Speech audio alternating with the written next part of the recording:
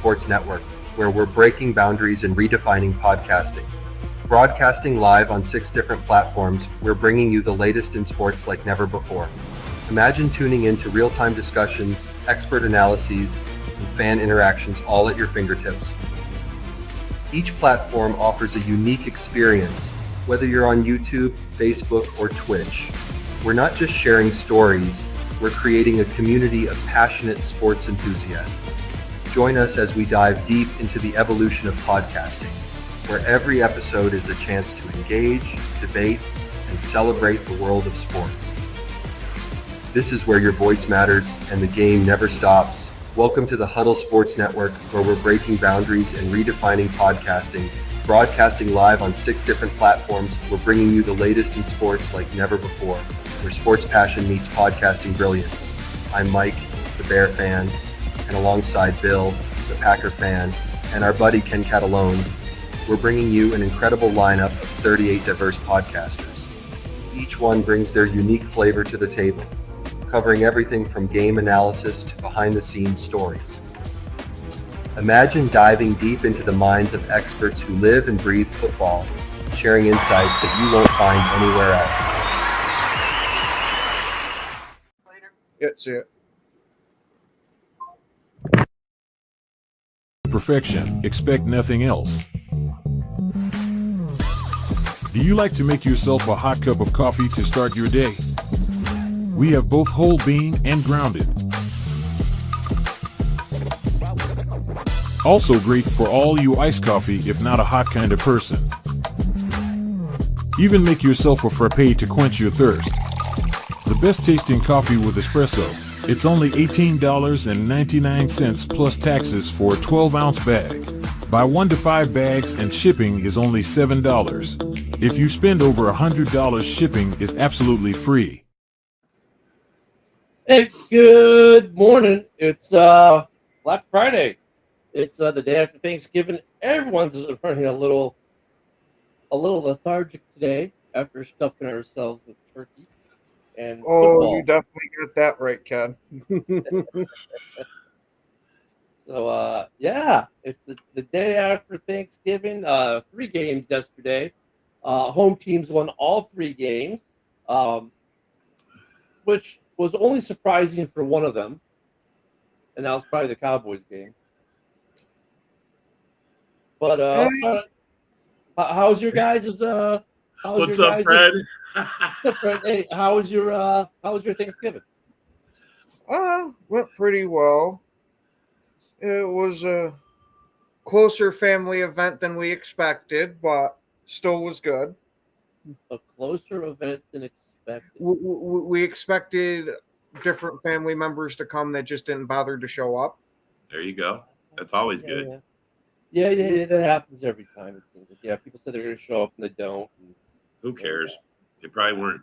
They're probably not somebody you want to see anyway. Oh, you know, you got that right. You got that right. Usually... one of them, I'm quite glad didn't come. The other one, I was kind of disappointed. Good morning, Fred. Good morning, Eric. Good morning, Rob. Good morning, Mike. Good morning, everyone else who I missed. Good morning, everyone. Oh, I really don't care about that shit.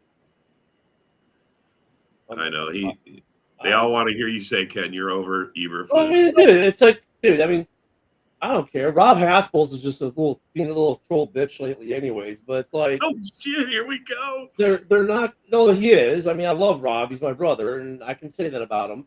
But I mean, dude, we already know in 100+ years of history, they've never fired anyone during the season. So it's pointless to even talk about it till the season's over. So it's like, whatever. Like, try harder. That's all I got to say to that. Try What's harder. up, Isaac? Good morning. What up? Victory!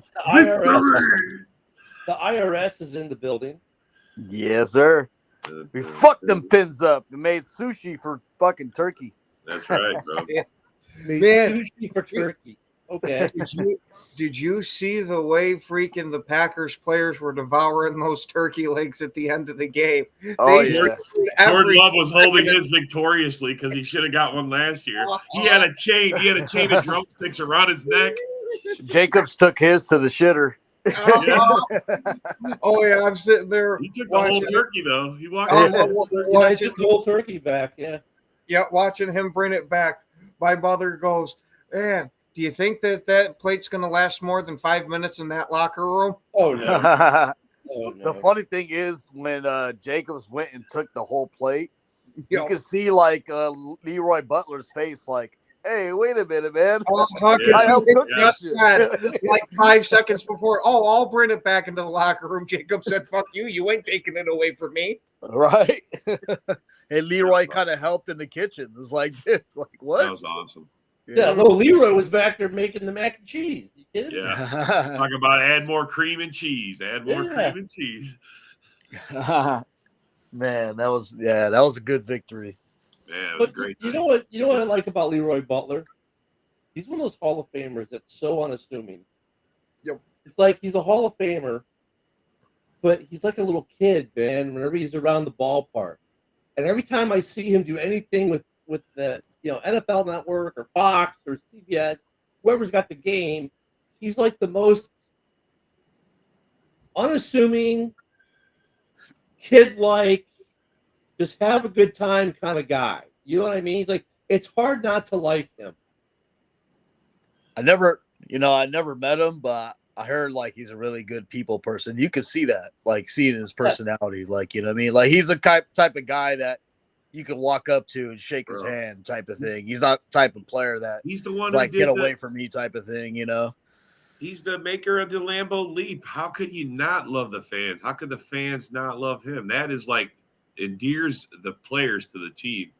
Is Right. jumping in the stands with the fans, and he's the one who started that. So Yep. Yeah, so, I mean, badass. I love Leroy. you know, it's I like Leroy Butler. He's kind of a cool guy. Yeah, you can tell he's a really nice dude. I mean, in And the person. fact that he's making the chicken, he's like, I'm gonna make sure Jordan Love gets a chicken or turkey leg this year, bro. He made Yeah. sure of it. Made sure that you got some. And he said, hey, you can have two legs, and then the guy only takes one. What the hell, Jordan? And the funny thing is, like the girl commentator that was like in the middle of it, like she was trying to fucking shove the microphone to Jordan Love for a word. Jordan Love's just chowing down on his leg, like not even caring.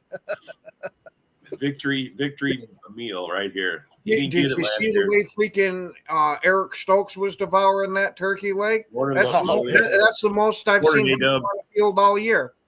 Good morning there, Yoli. Morning, Yoli.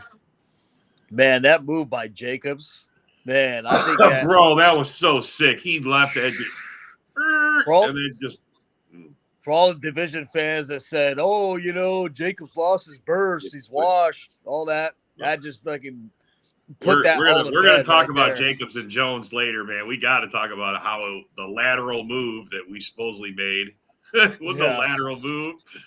It was a great move. Yeah, he's only Evan Jacobs. He's only top 3 in rushing, but I know, man. But we should be sad about that, you know. Well, guys, hindsight's always 20/20. Yeah. And he's scoring a touchdown every game now. You know, because so like, you know what I mean? Every one of these not every, but all these, Bears fans, oh well, the coach could have done this. Well, dude, hindsight's 20/20. At the time of the game, you think something's gonna work. And if it works, no one ever talks about it again. If it doesn't work, they should have done this. I mean, hindsight's 20/20. Either way, it's a meme. It's just, is it a good meme or a bad meme? That's how it's going to be. It's usually how it goes. Yeah. Yeah. So, I mean, no, Jacobs has been killing it, man. It's like he's been healthy. He's been running well. I mean, he's been like, I would say he's the bright spot of the offense right now overall. Not Jordan Love, it's Jacob. Oh, and this is not a. Oh yeah, go ahead, Ken. Yeah, Jacobs seems to be the focal point of this offense, and I absolutely love it designed this way. It's nice seeing us finally start utilizing a running back to their potential. And this is not a knock to Aaron Jones. We all love Aaron Jones. Mm-hmm. Every Packer fan loves Aaron Jones. There's never a slight on him. You know what I mean? The only slight is he joined the Vikings, but it is what it is. Yeah. But Aaron Jones would be welcomed with open arms, and we can't wait to the day that he gets inducted to the Packer Hall of Fame, and people will be at the game cheering for him. You know what I mean? And look. Oh yeah, go ahead. No, go ahead, Isaac. Go ahead. Oh, I was just gonna say that he's just been injured for us the last couple of seasons. You know what I mean? So we just wanted a guy that's durable, and Jacobs been that guy. Jacobs has not really missed a game in his career. He's missed maybe several games, but nothing to keep him out for the full season. That's why we went with Jacobs. Jacobs is younger. He's had some injuries, but look, I mean, Jones has been healthy this year. He's been playing well for Minnesota. Let's not act like he's not. He is playing well for Minnesota. I think Minnesota is very happy they have him.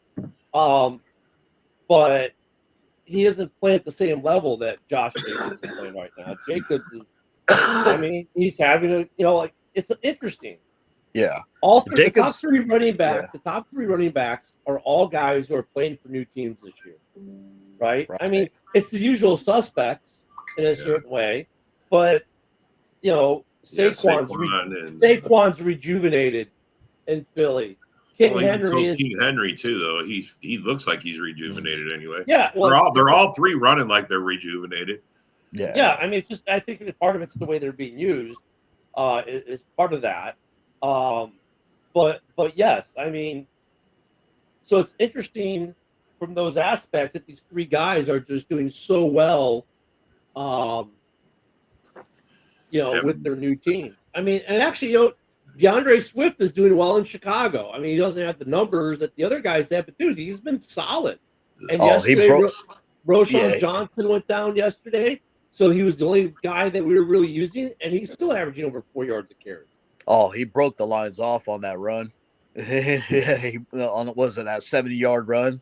It's like just boom, hit that pocket, and then he could have got wrapped up, but he shook that guy off and just kept on going. So I mean, it's interesting with the running backs this year. Guys have switched teams and are doing very well, and of course Detroit's, they kept their guys and they're doing well. But the running games are doing really well within the North. They've been pretty effective within the North, but Josh Jacobs is. The only difference is, I think of all of them, Josh Jacobs is the heartbeat of his offense. If Jacobs goes down for a prolonged amount of time, that probably gets a little problematic for Green Bay overall. But your guys' backup comes in and does a pretty nice job for a player. Oh, yeah. I absolutely love Wilson as the number 2. Wilson. But then again, that's set up by Josh Jacobs doing well. And, oh, my God, we have a Utah's in the house. Nickery dickory duck. who now gets to watch the worst hockey team name in the history of the NHL, the Utah hockey team. Good morning, Nick. Good morning, guys. Hope you had a lot of turkey yesterday. What's up, bud? I was drunk off all the food for once. Hey, that's a good change. The Trickle fan. That's a good change, man. Yeah. So one thing I do though miss out of Aaron Jones is his receiving game. You know what I mean? Like he brings in a whole new dimension. I was gonna say I like Jacobs receiving. Yeah, he's doing great, bro. Did you? That was on that move. On that move he made, that was off a catch. He had receiving, but he had 70-something receiving yards last night, didn't he? Yeah. How many did you say, Nick? I thought he had 70-something. Yeah, it was somewhere around there. Yeah, he does good receiving. He does good receiving, but not to the dimension Aaron Jones. Aaron Jones got the deep slants. He's got. He's running all types you're a of wide routes. receiver at the running back position. Tell me you don't love it better though, bro. Because when he gets his hands on the ball, he makes a move. It's one over. part. Oh, that is one part. Look, that's one part of his game that has gotten better in Green Bay that maybe they didn't utilize when he was in Vegas. But dude, Josh Jacobs is the heartbeat of that offense, hands down. As he goes, the team goes.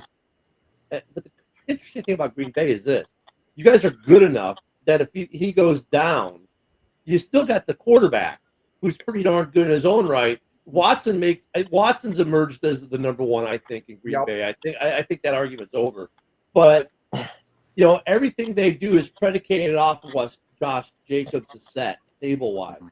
The big plays come because Josh dashes people, and then Watson gets a guy to slip, ball, trip, whatever he does, it works. And they get a big pass play off it. But really, that offense is set by what Josh Jacobs does, and he's been probably in the North. I would say the best addition of any team in the North, or one of the best. Maybe not the best. I think you're talking about. I think you're talking about many teams right now, though, that are the top echelon. Like the Lions rely heavily on Gibbs and Montgomery, as opposed. It seems that they take the ball out of Goff's hands a lot of times, which is the right thing to do because when your running game is that lethal, you're making it so that Goff doesn't put himself in a position to lose the game, which is why he has such a high completion percentage. They're making the game a lot simpler and easier for him. And look at the Eagles. They're doing the same thing with Saquon and Hurts. Hurts' stats are not amazing. It's because their run game is so lethal. They're taking the ball out of his hands and not forcing him to have to win the game with his arm, which is the right thing to do. You know what that means, guys? Running backs are back. Yes, they are back in the league for a while. Yeah, you know what, Isaac? Let's give Isaac the credit for being the first one to call it. Because we were talking in the off season, especially after the prior off season, where the market kind of got reset. It's like, okay, running backs are back. It's not a pass happy league anymore. It's based off the running game. They've gone back to basics, which it's just that cyclic version. Well, look at how many defenses were getting smaller and faster to stop the pass. Now you got these big workhorse backs coming in, just bowling everybody over. But also, I think teams have noticed. I think over the years, teams have recognized that it doesn't work that way as well as we used to think. Like Rodgers has one Super Bowl, Breeze has one Super Bowl, Phillip Rivers has 0 Super Bowls, Manning has 2 Super Bowls, not because of necessarily Manning. It's starting to turn into like when Russell Wilson and the Legion of Boom they won that one Super Bowl. It wasn't necessarily Russell Wilson; he was kind of game managing. And then when Lynch wasn't there and the Legion of Boom started to fall apart, Russell Wilson had to do it with his arm, and he couldn't. So I think teams are recognizing that if you build the other way, instead of worrying about quarterback first, and you build a team that your quarterback can go into and win with, it's a better product on the field. And Nick, if you think about it, it's funny because I think we got the pass happy because of the excitement level of fans. It was more exciting. It's more exciting to see a 60-yard pass play than it is to see a bunch of 12-yard run plays. And what's the most deadly, deadliest play in the NFL in offense is the play action. Yep. You know what I mean? The play action always fools defenses. That's why a lot of teams heavily rely on it, especially if you have a good run game. It opens up so many things. It keeps defenses on their heels. Facts, Robert. Yeah. I mean, it kind of reminds me of like in baseball. Those guys were juicing up, hitting home runs, but they weren't winning World Series. The guys that were pitching and shutting other teams down were winning the World Series. You know what I mean? Well, look at the Cubs World Series won by basically Ben Zobrist, not a home run hitter. Yeah. Right? Contact ball hitter. Guy makes contact a lot and strokes the double and extras. When he runs. I mean, the home run hitter is great, and that's kind of what we got in the NFL was the home run hitter, the quarterback that could hit the receiver for a 60-yard TV bomb. Yeah, it's great. It's exciting. 12-yard run plays, as you watch a 12-yard run play, it's not like the most exciting thing in the year. It's like, okay, they just ran for 12 yards. Great. I'm happy, joyful. But it's not like when they hit a 60-yard pass play. Yeah. I mean, per your point, like with the baseball analogy, if you're getting a lot of singles, doubles, you're probably going to score more than hoping someone hits a home run all the time. Yep. You know what I mean? No, unless you're the Dodgers. So that's exactly right, though. I mean, a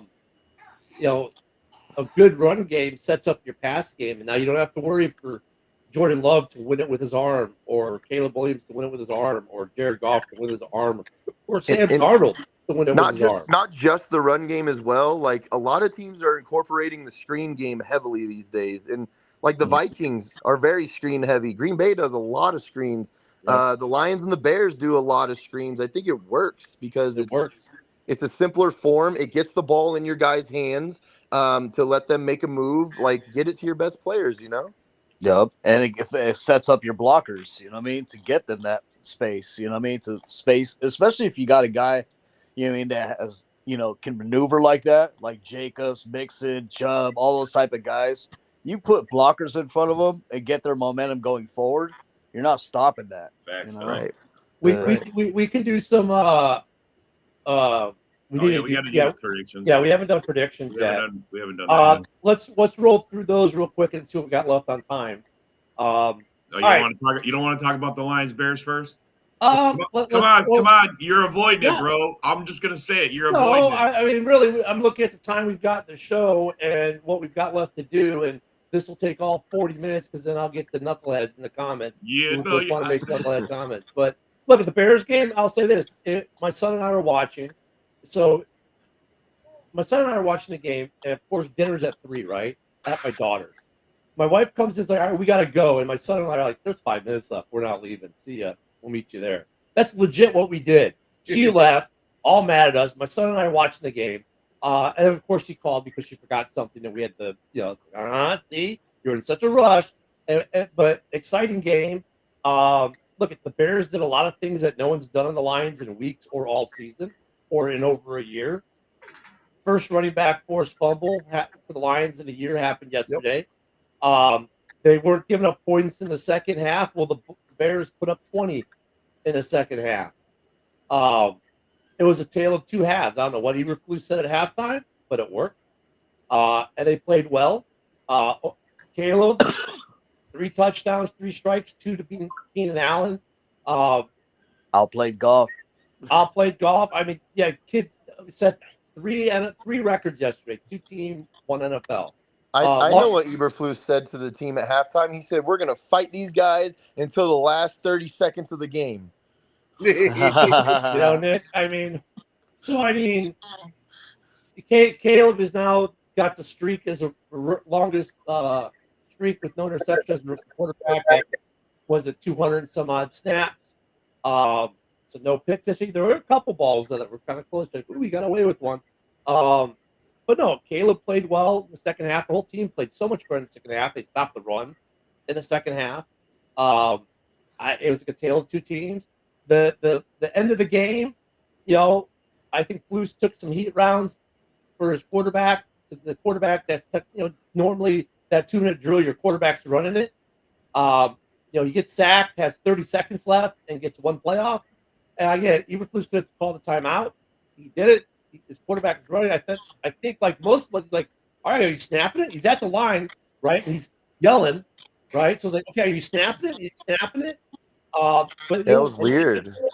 At the end of the day, that's a good look. At Caleb learned a good lesson yesterday at the end of that game, and this season has been about growing Caleb. And Caleb learned a hard lesson yesterday. It was a hard loss, another 3-point loss. But dude, no one's been that close to the Lions since week 2. Let's talk about that fumble. Jameson fumbled. I mean, he took 2 steps, had the ball in control. I know the new NFL is you have to take 3 steps type of thing. But 2 steps in a football move. Him dropping that shoulder, I could have seen the argument that it was a football move. But I think because of them ruling it incomplete on the field, that's why they left it. If it would have been ruled a fumble, I think they would have stuck with that. I don't think Eberflus should have challenged it. But one thing that I didn't like, I was kind of sitting there like, why does he even have to challenge it? It was considered a possible turnover play. Shouldn't the NFL do that on its own? Right. It should be only if it's ruled a turnover play. I get that, but I'm saying that they should change that because it's a possible turnover that they shouldn't even have to challenge that. How many times have we seen booth reviews? Yeah. Yeah. And you know what's funny about that, Nick? So, like, Eberflus has only put the challenge flag. He's only done 5 official challenges, right? And sometimes he's done them like last week's game. Like, it was a close play. It was a big play. You're probably going to call a timeout to settle your team down anyways. So you take the chance, maybe you get lucky. It was hard because was there a third step it was pretty close. I didn't mind him throwing the challenge flag on that because, dude, if you don't throw it, you're never going to know. And it was close enough where you can be like, okay. Because if you don't throw it, here's what happens. Oh, he should have thrown the flag. That's the argument we're having today then. He should have thrown the flag. Well, then he goes to throw the flag, right?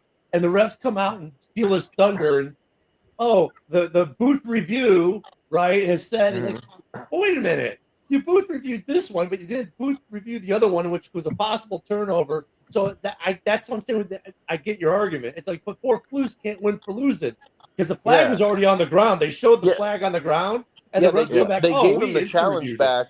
They gave him the challenge back, but he shouldn't even have to throw a challenge flag for that to be reviewed. Yeah, and then the booth review was pretty quick, wasn't it? It was like 2 seconds. They saw the flag, he picked it up, and yeah, it's like, what? Come on, dude, really? So I mean, So Ken, do you think that Eberflus is going to get fired after this year? I'm not even going to talk about that until the end of the year. I'm just so sick of it. I mean, Nick, I know you haven't been here, so it's not fair for me to say that to you. But look, the Bears aren't going to do anything at the end of the season. So you still don't think he should have threw the flag yesterday? I'm fine with him throwing that challenge flag. No. I'm talking about at the end. He shouldn't have thrown or called a timeout. I mean, call a timeout at the end. Look, I think there was some confusion there because I think he's thinking, everybody saw the confusion. I mean, the whole team was looking to the sideline. Go ahead. They were looking to the sideline for the coach to say something. Okay. That's what he did, and he didn't say nothing. So then Caleb made his own call. Sure. It just took too freaking long. Okay, I'll finish my point now. They practice. We all know they practice these 2-minute drives every week in practice, right? And the 2-minute drive, the quarterback's running. It's a quarterback-driven 2-minute drive. I think part of the confusion was Flus is kind of looking at Caleb and Caleb's under center already yelling, right? It's like, all right, so he thinks he's going to snap the ball. I'm thinking like my son and I are like, Caleb, snap it for like 10 seconds, snap it. And he's not snapping it. He's at the line yelling, hand under center. You're like, dude. And then and then the whole thing now, I changed the play because there wasn't going to be enough time. You could have clocked it. You could have even at least kicked a field goal. I think they said it was like a 56-yard field goal or something like that. Caleb could have clocked it. He could have clocked it, but he chose not to. He decided to change the play himself. So I think, massive learning experience. And that's why I said this earlier. This season's been more about developing your quarterback and him learning. Well, he learned a big lesson yesterday. And I think, honestly, Flus is taking the heat round for him, and that's what a coach should do. Take the heat round for your player and protect your player, and I think he's doing that. So, whatever. I mean, let me play devil's advocate. Let me play devil's advocate here. What if Caleb made that throw into a touchdown? He would look like a really good hero. At this moment. You know what I mean? Yeah. Eberflus would get a little credit from the big comeback and all that, but it just. He actually had the guy open too. He had a touchdown. He just overthrew him. No. He had DJ Moore. The replay of that ball, DJ Moore should have caught that ball, and that would have been a touchdown. And you're right. Then they have the lead, right? The 4-point lead with like 15 seconds left or something, right? Or whatever it was, 35, 40 seconds, whatever much time was left. If DJ Moore makes that catch on the play before the sack, that's a touchdown. Game over. Well, not game over, but Bears had the lead. But then the Lions have to go get a touchdown with like 42 seconds left or something. Yeah. So this is why it's such a big Oh, good. No, you're right, Isaac. I mean that's 100% accurate. I mean, it just here's what people are in gripes of it because you could have separated from one play to 2 plays, right? Yeah. You know what I mean? Like, say for instance, if you did call the timeout, you have 2 plays to throw to the sidelines. Get a little bit closer for a field goal or decision to win it all. And, you know what I mean? Santos has had his, struggles from kicking from far away. So the most, best thing to do is move the ball closer, kick the field goal, go to OT. Well, one thing Caleb's got to learn out of this as well is you cannot take a sack right there. That's what snowballed it all. Yeah. You cannot take a sack That's what started the whole problem. Yep. I would say that's Caleb's fault though because they left Z unblocked. And I get that, but throw the ball in the dirt wherever your running back is then or something like you. Yeah. You have to have that mental clock where you cannot take a sack in that situation no matter what. Well, and here's the thing: there are so many things the Bears did well in the second half. There's so many things you should be looking at and going, you know what? They're doing really good with this. They're doing really good with that. They're doing really good with this, right? But here's what we got. Look at the comments. The only thing they can talk about is one freaking play. Forget everything else that they did that went well. Forget about all the things they did that they held Detroit. Dude, that first touchdown to Keenan Allen. We played the team. We played the team with the number one offense in the NFL, the number two defense in the NFL. The game ended 23-20. They didn't give up any second half points in what? A couple games. They had to give up a touchdown in what? A couple games. They did give up a rushing fumble in a year. Goff got outplayed by Caleb overall. I mean, dude, yeah. I mean, there's so many good things you can look at this game, but all people want to talk about is, I should have thrown a challenge flag, and they should have called it that first touchdown he threw to Keenan Allen. I was like, wow, that was a great throw. Yeah, that was. Caleb has those. So like the first half was abysmal for him, but then he came out and he did that right away. I was kind of like, damn, all right, like there's arm talent right there. And that's the other thing, Nick. You went from a team that in the first half ran a total of 9 plays, couldn't move the ball. They go at the halftime. The coaches said something to them and made some adjustments. And look what they came out and did in the second half. But, they don't want to talk about that. This is why the show is circular. Remember how we're talking about running backs? Yeah. And how they're affecting their team's play and, making their team better and all that? Bears shut down the run game for the Lions, and look what they became. You know what I mean? The team that couldn't score, couldn't do nothing against them. You know what I mean? We're stale. We're stalling out drives. Just that's the thing is, like, if a team's heavily relying on the run, and you shut that down, a lot of teams just sputter out. And the Bears had a good, look at a lot of people don't realize this yesterday, I don't think. Roschon went out, concussion protocol. So that's another one. So they only were running basically Swift. Swift was having a rough game too. That was a lot of like Caleb with trying to win the game with his arm. Swift was not having a good game. 3 points. He averaged 3.7 yards is what JB put up earlier. So he's close to his average. The 3.7 yards a carry, not bad. Caleb had some runs as well. Look, there were some flags in that game that were like, what the hell? There were some flags that didn't get thrown. Like the one where Caleb gets hit out of bounds. And I think the only reason that flag didn't get thrown, though, is because the ref got taken out, too. The only reason why that pisses me off the ref that would have thrown the flag was the one who got taken out in that play. The only thing I could think of was when McKinney didn't even really touch Caleb and they called a flag, but that wasn't a flag. That's what pissed me off about that. Yeah. But I mean, that one where, like, Caleb got, hit basically out of bounds, but then the ref got took out. So, like, well, dude, the guy who's probably going to would have thrown the flag or responsible for that flag is the guy who got taken out himself. So, I mean, that's probably why that didn't happen. But there was some there were some flags that like, especially at the end of the game, are like, come on, man. But then they turned around and they got a call. So the NFL and NFL released a statement today that Jamarcus Russell is reading the submitted tapes that Eberflus is sending in. But no, I mean it was an exciting game. It was a good game. Talking to my son about the game afterwards, like it's not that it's funny because like we've won 4 games, but this isn't like a total despair. Oh my God, we suck kind of feeling. It's like, dude, we're so close kind of feeling. You know what I mean?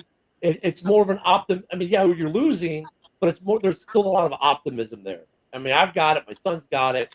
And he's like, Dad, we're going to get there. Like we're close. And he's right. We're close. That's a game that a lot of Lions fans, we're going to win by 15 or 20. And yet it was a game.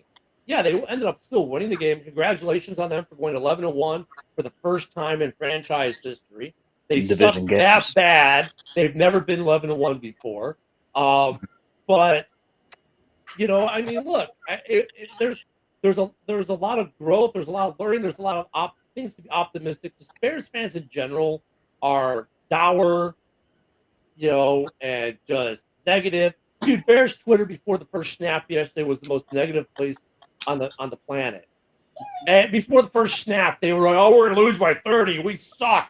oh, we should get rid of everyone. And all of a sudden, the fourth quarter, all these same people, oh my God, this is such a good game. It's like that. Well, bro, the first half sucked. Everybody was. It was by halftime. It was worse for you guys. You didn't show up Lions the were first dominating. half. Dude, first half was brutal. Like they could not get anything right. And then look, they came in at halftime. I don't know what the coaches said. They made adjustments, and they came out.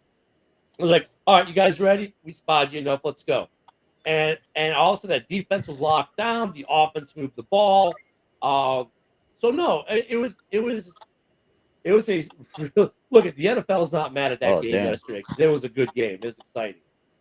If anything, our game was the one they were mad at. That was, we beat the crap out of them. Yeah. But Ken's optimism kind of makes me feel like, again, that we're just spoiled because we skipped that stage again where, we're almost there. Instead, we just went right past it. And I don't know. Like listening to Ken talk about the Bears, it just makes me grateful for the things that we do have. Well, last year was a struggle for us. We went through it last year. That's all. But for the Bears fans, that would be like, wow, we're going to be really good. Like that's a great thing. We finally got over that little hump, and instead it's like Ken saying like we're almost there. We're like almost there to competing. You know what I mean? I understand the Bear fans struggles. Their problem is with their coaching right now. That's all it is, bro. Okay, if you say so. I do. But if you say so, many other people think so. I really don't care. I mean, because I know you don't care about nothing else but your opinion. Because here's the thing, Rob. If you look at the field of play, the Bears' problem is still in the trenches, right? The offensive line has played much better, but they're still not getting to the quarterback enough. We're still not creating the pressure. We're not stopping the run. We got problems in the interior of the defensive line, and that's where the problem is this year versus last year. And we're in the trenches on the offensive line. We still need a more solid line. The line's playing great, but the depth isn't there. I mean, the coach is easy, low-hanging fruit. You're going to blame one of two people when you're not winning: the quarterback or the coach.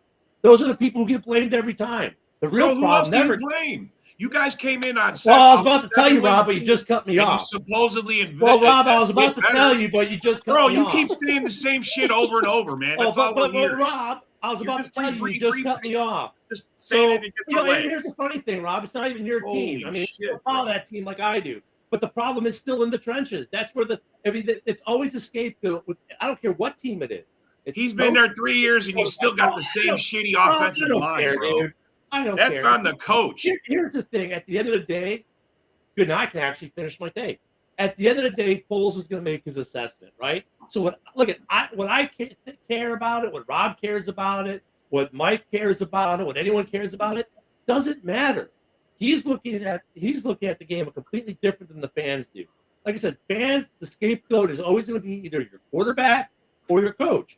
Dude, no one's going to scapegoat Caleb because he's playing great. He's probably there's a case for him to be made, for him to win Rookie of the Year. Keep loose, right? I mean, it's whatever Poles decides. And if Flus goals, I'm not upset. If he stays, I'm not upset because I see that where the other problems are. We got some problems defensively in the interior. Still got look. I think all right, sir. I think more Bears fans, want to have Flus whatever the hell how you say his name, they can get fired because in one-score games he's 5-19. But they think that's automatically the answer, though. That's the problem. Yeah, but I'm saying when that stat got revealed to Bears fans felt more like, hey, yeah, maybe Eberflus needs to go. You know what I mean? But this is the problem with fans sometimes, and I get it because I'm a fan too. But I also maybe think more analytically about it. They think that if I just replace the coach, problem solved. That's not often the case, right? And then you look at guys who had rough starts to their careers in their cities. Jeff Fisher couldn't win for losing when he took over the Oilers and then become the Titans, and then of course move and be the Titans. But they stick with Jeff Fisher, and what happens? He takes them to a Super Bowl, right? Dan Reeves, same thing. Terrible start to his career, ends up winning Super Bowls with that team. It's like in this league, we want the fix to be instant, and we think it's only one of two people who can fix the team, the quarterback or the coach. And I hate to tell you, There's 51 other people on that roster, and there's other coaches on that in that team that sometimes are different. And look at the difference you've had since you got rid of Waldron and brought Brown up to be your OC. And some said, "Oh, but Caleb's already used. You could fire Flus, and he's used to what because he got a new OC. They kept the same playbook. It's just now they're calling something different. Someone different is calling the game. So I mean, but people just think if let's just say we fire Flus and we bring in another coach. Okay, does that mean we win 15 games next year? 10 games next year? No, the coach doesn't play the game. Can you make different calls in different situations? Sure. But just changing your coach doesn't mean you solved your problem. It can if you have the right pieces put together. I've seen it happen in Green Bay. I've seen it happen. Right. I'm not saying it doesn't, but that's what Poles is going to be looking at the end of the season. So, and he's looking. There's a lot of things to look at, but it's easy for us to argue about it and say, "Oh, they should fire him," because look at the easiest scapegoats are always the coach and the quarterback. In every team. Bro, and I'm seeing in the comments right now, a lot of the Lions fans are saying there's injuries in the defense and all that. I get all that, but the Bears were moving the ball and they were stopping your offense. There was nothing wrong with your offense. Bears actually played a really good second half. They did a lot of adjustments. Well, the Lions fans have to take that away from them as much as they can because whatever, dude, you're 11-1. That's all you need to say, Lions fans. We're 11-1. Oh, well, you only played well because we had injuries that happened in the game. What happened to next man up and grit that you were yelling about after the Texans game? Oh, look at the grit. We have all this grit, next man up attitude in Detroit, blah, blah, blah. And now today, 6% of our defense got hurt during the game, so really it didn't mean much. Whatever. I like the next man up mantra. I mean, I think we've been doing that for the last 2 decades. So this year we're 3-0 with the Lions, with Love not playing 2.5, of those games. So we're the epitome of next man up this year. Our defensive line is also in shambles, just like Detroit's. I get what they're saying. They lost Hutchinson yesterday. They had a million injuries, bad ones too. Yeah. But if you're going to be the best, we had 15 starters on IR when we won the Super Bowl in 2010. So you just gotta figure it out no matter what. We were running a wide receiver at running back. We were running a fullback at running back. We were so scarce. We were putting tight ends at right tackle that one year. I've seen it all.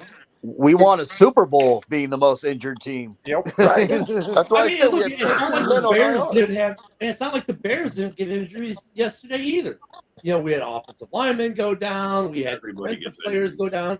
I mean, injuries happen in the game. So, that's just a silly argument. I don't use the injury shit as an excuse. Yeah, that's part of the game, you guys. If you're going to hang on that shit, you're in the wrong game. Yeah, I've seen your comment. You've put it up 5 times. I don't care. Because it doesn't matter. That's the point, Luka. It doesn't matter right now. Yeah. What happened to the Lions scoring 50 and all that type of crap? You know what I mean? So, if your defense is being hurt, then try to score 50 like you guys always do. I mean, and when it comes to Flus, look at, I really don't. I care and I don't care. At this point, it doesn't matter. It's a moot point until the season ends. And then after that, Foles is going to have to look at whatever metrics he looks at and look whatever exit interviews he looks at and all that. And he's going to make up his decision. And I really if Foles decides that Flus is not the way forward, I'm cool with that. But the other piece of that conversation is this: what's out there for head coaching? Who's going to be the guy they bring in? What's going to be available? It's probably not going to be Ben Johnson. I don't think they're going to go.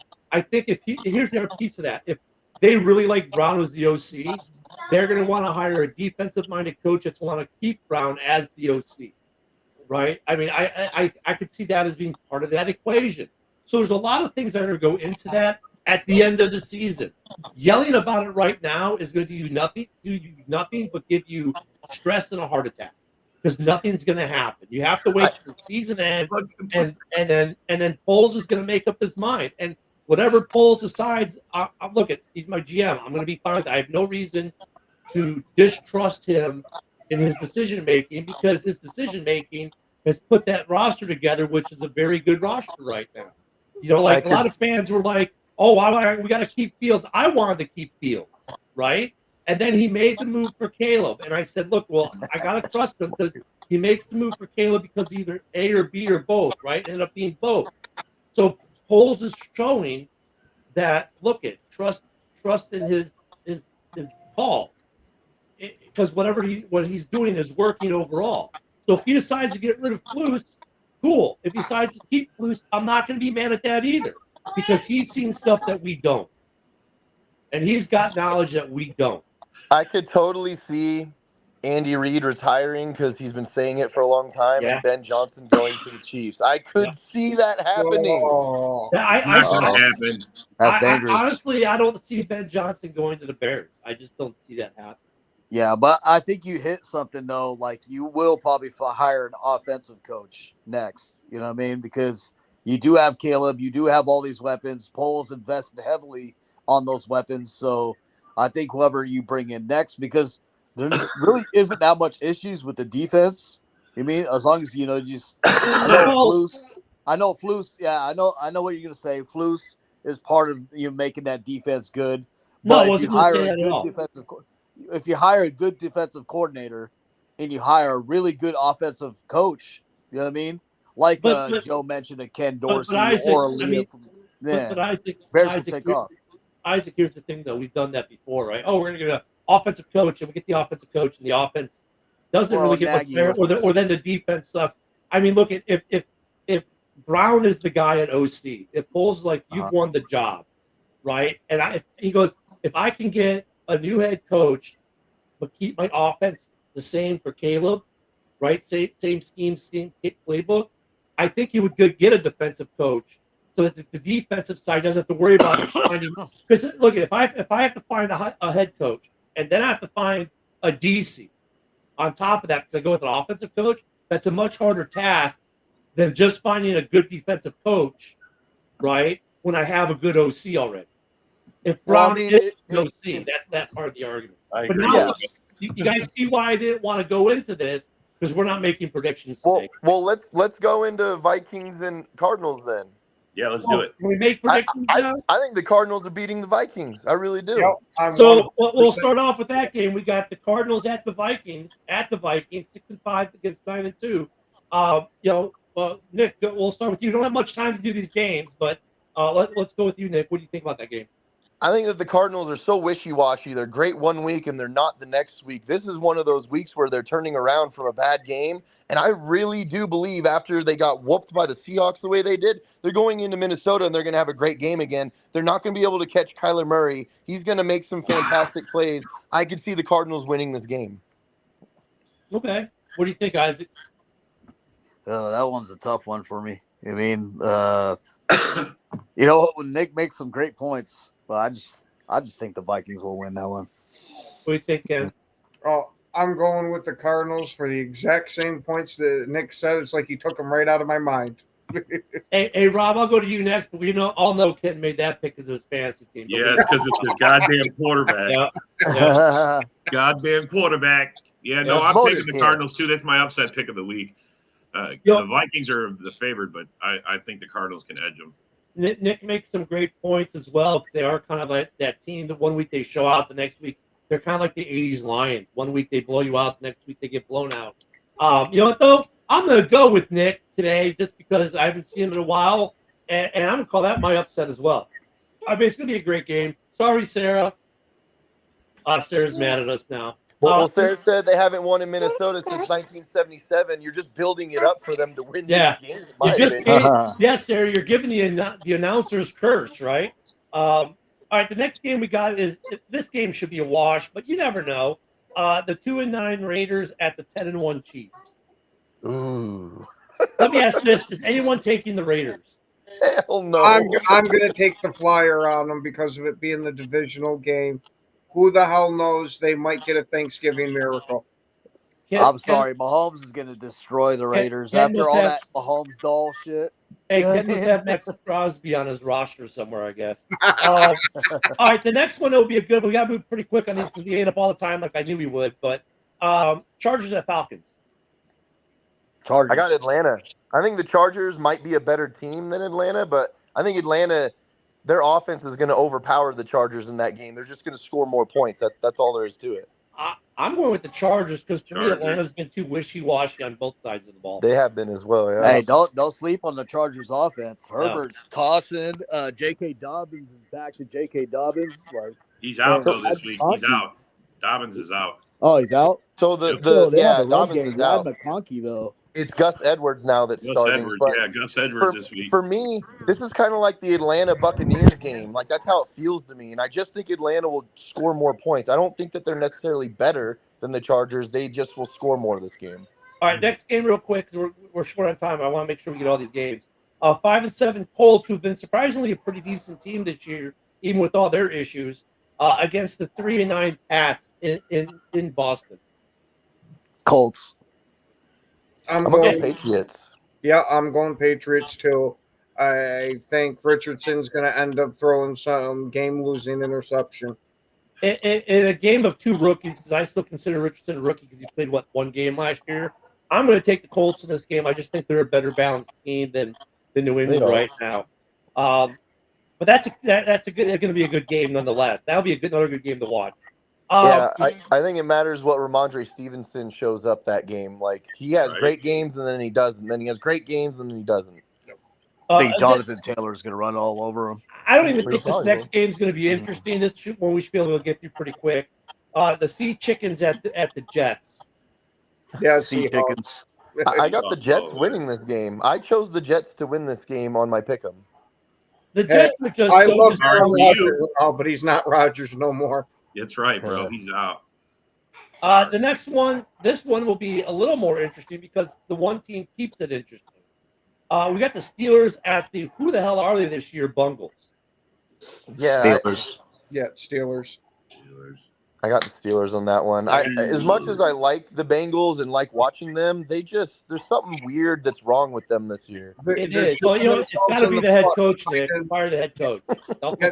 They're pretty much finding ways to lose a game. Even though they're playing outstanding games, they're still finding a way to lose. They really are. Texans, okay, this could be one of those trap games because the Jags are not are not incapable of playing good football still, and that's a head coach should be gone. The Texans at the Jags. Texans, but the Texans been sliding. You know what I mean?